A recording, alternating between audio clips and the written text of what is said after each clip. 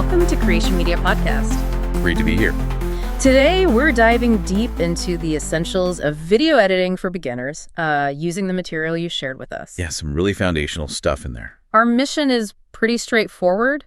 Make these core ideas clear, make them actionable, whether you're literally just starting out or maybe looking to sharpen your skills. Exactly. Practical takeaways. So let's get right to it.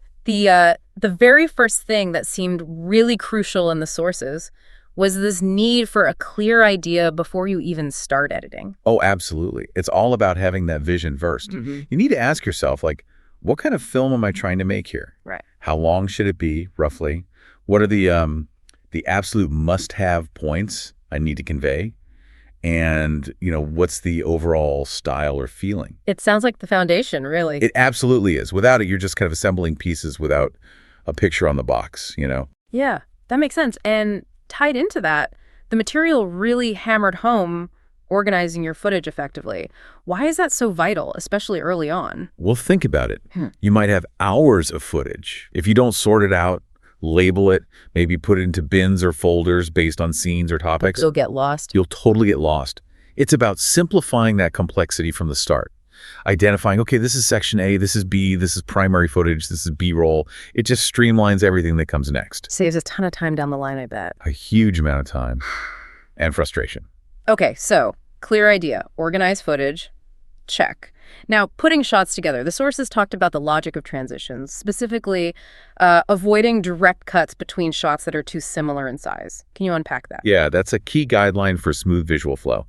If you cut from, say, a medium shot to another medium shot that looks almost identical. It feels like a jump cut or a mistake. Exactly. It can feel unintentional, maybe a bit jarring in a bad way. Your eye expects a more distinct change. So what do you do then if the shots are only slightly different? Well, that's where a transition might come in handy. A quick dissolve, maybe, just to smooth over that small difference.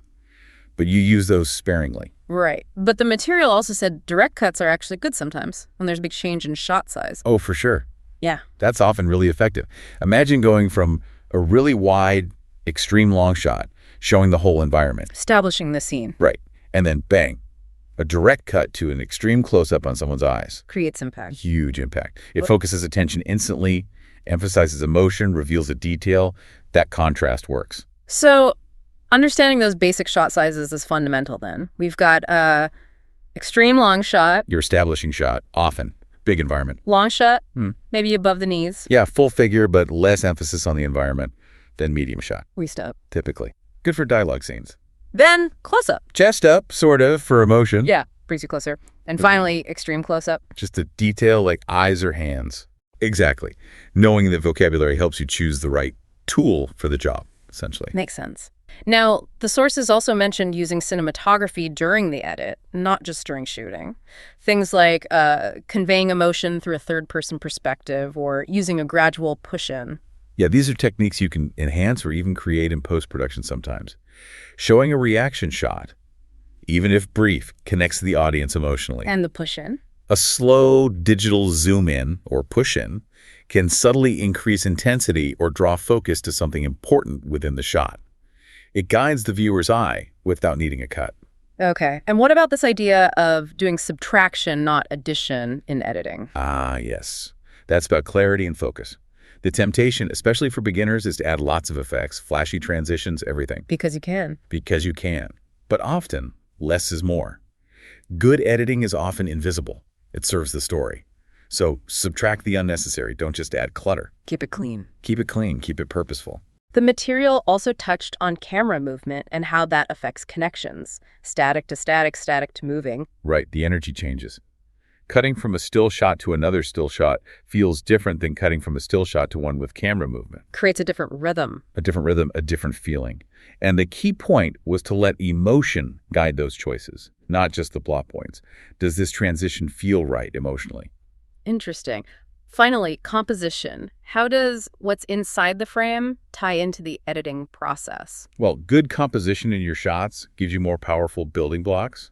The sources mention things like symmetrical composition. You can create balance or maybe tension. Exactly. Or placing a small figure against a vast background to emphasize, say, isolation or scale. Thinking about composition when you shoot and when you select shots for the edit enhances the whole feel. It adds that artistic layer. Definitely. It influences mood and atmosphere. Okay, so wrapping this up for you listening, it seems like focusing on those clear ideas first, then really understanding the basic logic of how shots connect, especially around size. And using those cinematic techniques thoughtfully. Right, like push-ins or thinking about movement and always keeping composition in mind, that really builds a strong foundation. It gives you a solid starting point for making editing choices that actually enhance your story, not just assemble it. This is obviously just scratching the surface, but hopefully useful. What stands out most to you from all this as maybe the most immediate thing you can apply to what you're working on now? Yeah, pause and think about that. What's one thing you can try today? Thank you to Lesson Creation Media Podcast. Please follow us to get more creative media tips.